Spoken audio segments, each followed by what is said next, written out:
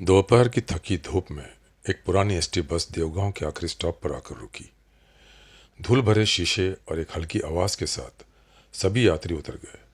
बस के पिछले हिस्से में एक आदमी गहरी नींद में था। कंडक्टर ने उसे आवाज दी, अरे भाई साहब, आखिरी स्टॉप है, उतर जाइए।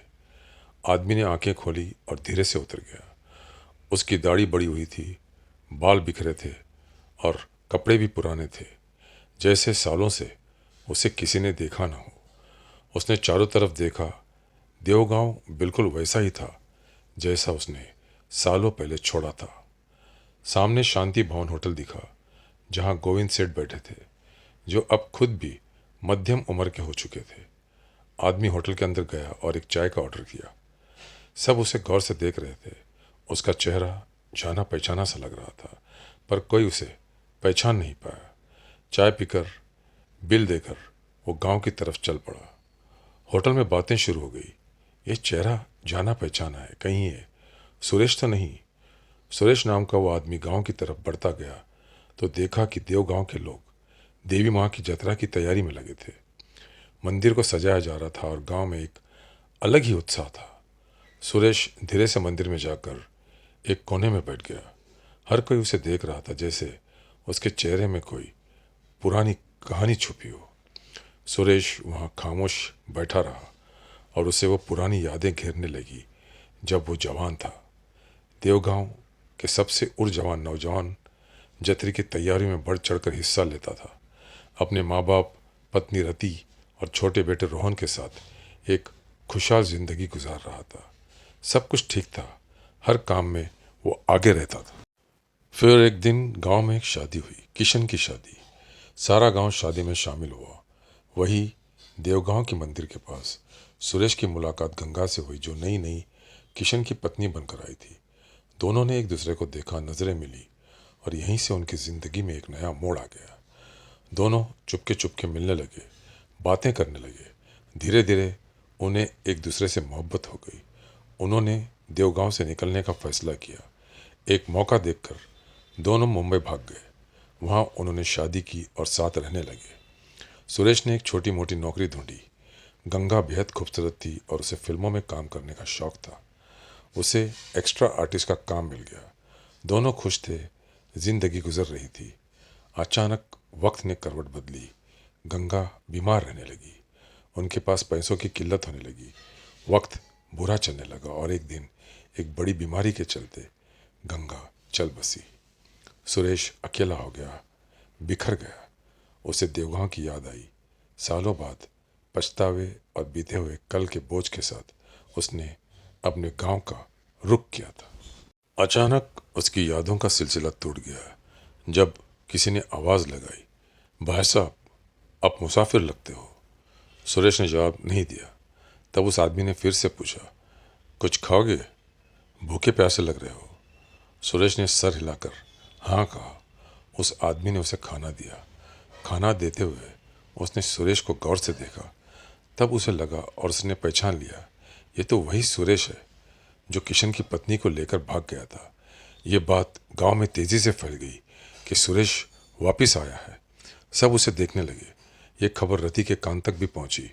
उसने तुरंत अपने बेटे रोहन को मंदिर भेजा। रोहन ने पहली बार अपने बाप को इस हाल में देखा। जब सुरेश गांव छोड़कर गया था तब रोहन सिर्फ 10 साल का था। अब वो एक जवान आदमी था। बाप को इस हाल में देखकर उसका दिल भर आया। सारे गांव वाले क्यूरियस और कुछ गुस्से में सुरेश को देखने मंदिर के पास इकट्ठे हो गए, पर सुरेश किसी को नहीं देख रहा था। दीवार से लगकर खामोश उसकी नजरें नीचे थी। गांव वालों ने उसे आवाज दी, पर उसने सिर्फ हाथ जोड़े और फुट फुट कर रोने लगा, जैसे वो सबसे माफी मांग रहा हो, अपनी गलती का प्रायश्चित कर रहा हो। शाम हुई, सब अपने अपने घर लौट गए। रति ने सुरेश को दूर से देखा, फिर घर आकर बेटे से कहा, जा रोहन, अपने बाबा को यह खाना दिया। रोहन ने सुरेश को खाना दिया और घर चलने को कहा। सुरेश ने माफ़ी मांगा और कहा, मैं तुम सबका दोषी हूँ, माफ़ करना। मैं तुम्हारी माँ के साथ बुरा किया है मैंने। मैं एक आखिरी बार अपना गांव और सबसे मिलना चाहता था, इसलिए यहाँ आया हूँ। मैं अब चला जाऊँगा। रात को सन्नाटा था। सुरेश धीरे से वहाँ से निकल गया और एसटी बस स्टॉप पर आ गया।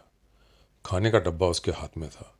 जैसे ही उसने खाने के लिए डब्बा खोला, एक पागल आदमी उसके पास आया और उसका डब्बा छीन कर खाने लगा। जब सुरेश ने उस पागल को रोकना चाहा तो वो हैरान रह गया।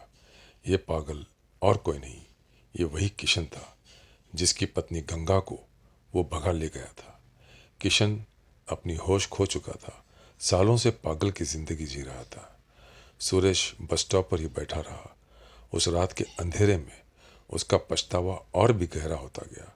उसकी आंखों से आंसू की धार रुकने का नाम नहीं ले रही थी। उसने महसूस किया कि भागने से कोई फायदा नहीं है। उसकी गलती ने सिर्फ उसका ही नहीं, बल्कि किशन और उसके परिवार की जिंदगी भी बर्बाद कर दी थी। अगली सुबह जब देवगांव के सूरज की पहली किरण फूटी, सुरेश वहीं बैठा था। तभी रोहन वहां आया। वो अकेला नहीं था, उसके पीछे रति भी थी। उसके आंखों में कई सालों का दर्द और गुस्सा था, लेकिन आज एक अलग ही उदासी भी थी। रोहन ने धीरे से कहा, बाबा घर चलो। सुरेश ने अपनी आंखें ऊपर उठाई और उसकी नज़रों में बेबसी और पछतावा साफ दिख रहा था। वो बोला, बेटा मैं इस लायक नहीं हूँ।